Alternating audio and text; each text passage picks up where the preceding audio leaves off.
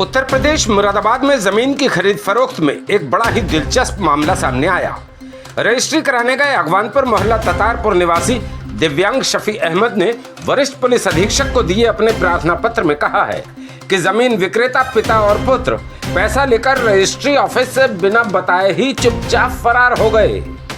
दिव्यांग शफी ने बताया कि पिता इरफान और उसके पुत्र शोएब ने उसकी दूसरी टांग को काटने की भी धमकी दी है और उसके खिलाफ फर्जी रिपोर्ट भी करा दी है। इन्हीं गंभीर आरोपों को लेकर दिव्यांग ने पुलिस अधीक्षक से अपनी सुरक्षा और न्याय की गुहार लगाई है। तो आइए जानते हैं उन्हीं से ये सारा मामला। क्या नाम है आपका? मोहम्मद शफी। शफी, कहाँ रहते हैं? भगवानपुर। अच्छा, आज आपने कप्तान साहब के यहाँ एक दरख्वास्त दी है जो आप दिखा भी रहे हैं। ये जी क्या मामला है, ज़रा बताएंगे? जी, हाँ, क्या मामला है बताएं। बात यह है कि हमने इनसे ज़मीन ली थी। किन लोगों से ज़मीन ली थी? इरफान भाई से। इरफान। और अच्छा, हमने ली थी 22 लाख का सौदा बाद। ये भी अगवानपुर में रहते हैं? कौन से जी, मोहल्ले में? ये रहते हैं मोहल्ला ततारपुर। अच्छा अच्छा। अब वो 22 लाख की ज़मीन जब हमने ली तो हमने इन्हें 7 लाख रुपए दिए इन्हें चेक में, नगद उसमें खाते में। खाते में डाले 7 लाख रुपए? 7 लाख रुपए। ठीक है। और 3,85,000 का लगवाया हमने चेक, वो मेरे पास मौजूद है। चेक, देखो ये चेक ये है तो है चेक। 3,85,000 का। और ये 7 लाख रुपए और ये 7 लाख रुपए हैं जो बैंक से इन्हें खाते में डाले। जो खाते में डाले हैं? जी। अच्छा। और 11,15,000 रुपये नकद किए। और बाकी पेमेंट जो थी वो हमने इन्हें वहाँ रजिस्ट्री ऑफिस में इन्होंने सारे अंगूठे लगा दिए, तो हमने इन्हें पैसे दे दिए। ये बोले मैं बाहर गिनूंगा। अच्छा, और गाड़ी में हम वहीं बैठे रहे। यानी बाकी जो 11 लाख रुपए थे वो आपने इन्हें रजिस्ट्री ऑफिस पे दिए? ये बोले मैं बाहर गिनूंगा। अच्छा और बाहर गिनने के बहाने से हम वहीं बैठे रह गए, ये आ गए। अच्छा। अब हमने इरफान? देखा, इरफान भाई, उनका लड़का है शोएब। शोएब। अच्छा अब ये दोनों बाहर गिनने के बहाने से भाग गए। अच्छा।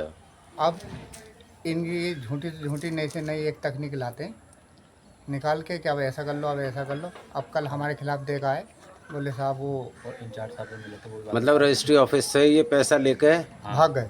भाग गए? हाँ, अच्छा, फिर नहीं आए अंदर को। तो आप वो इनसे टाइम मिले खत्म हो फिर गया। दोबारा? हाँ मिले, हमने इंचार्ज साहब से शिकायत की।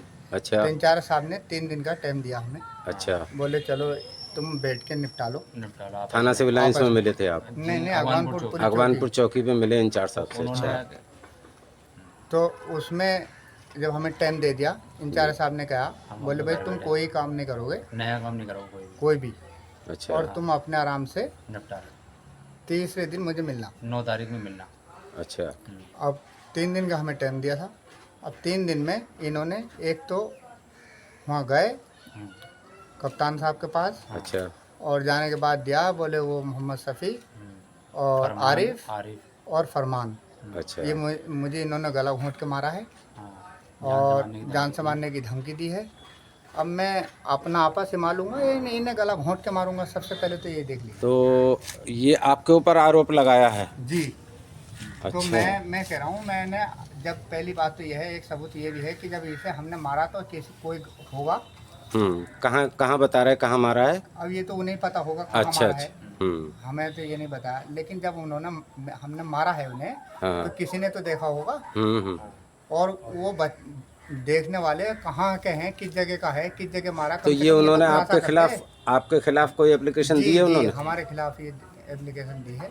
मैं ये देखना चाहता हूँ कि हमने किस जगह मारा, इतना झूठ क्यों बोल रहे हैं। वो चाह रहे हैं कि ऐसे अब आप झूठ क्या बोल के- चाहते हैं ये बताएं? हम ये चाहते हैं कि हमें हमारा पैसा दे दे या हमें ज़मीन लिखा दे। जमीन लिखा। तो आप तो विकलांग हैं? जी। अरे वो ये एक धमकी और दे रहा है, बोले एक कटी हुई दूसरी पे कट देगी। अच्छा, ये ये कौन दे रहा है धमकी? इरफान? शोएब है उसका लड़का, और एक वो है इरफान। अच्छा, क्या क्या कारोबार है इनका, क्या करते हैं? अरे ये तो ऐसी भटमरी करते हैं, और क्या करते हैं। तेरा मारा, मेरा मारा, पीछे थोड़ी लेट हो गए हमारा जैसे पेमेंट तो 7 लाख रुपये फालतू ले ली इनने हमसे। पेमेंट लेट हुई हमारी। तो यानी ये पेमेंट लेने के बाद और आपको बेवकूफ़ बना के रजिस्ट्री ऑफिस में छोड़ा है? ब्याज करके 6,70,000 का ब्याज पहले लिया और 50,000 का अब लिया। अच्छा। ये तो ये तो अभी इनका कुछ बाकी पेमेंट तो नहीं है? बाकी पेमेंट हो बची हुई है इनकी। कितनी है पेमेंट बाकी बची हुई? 3,85,000 ये और देने हैं आपको, और जी। इनको बैनामा कराना चाहिए, लेकिन वो इस बात से मुकर रहे हैं। मुकर रहे हैं, ये मत। मुकर रहे हैं, पैसे लेके भाग गया है। तो अब उनके अब दिल आप में क्या समझ कहना लो, चाहेंगे, बताइए। मैं ये चाहता हूँ कि सरकार से मेरी यही अपील है कि वो हमारे साथ इंसाफ करे।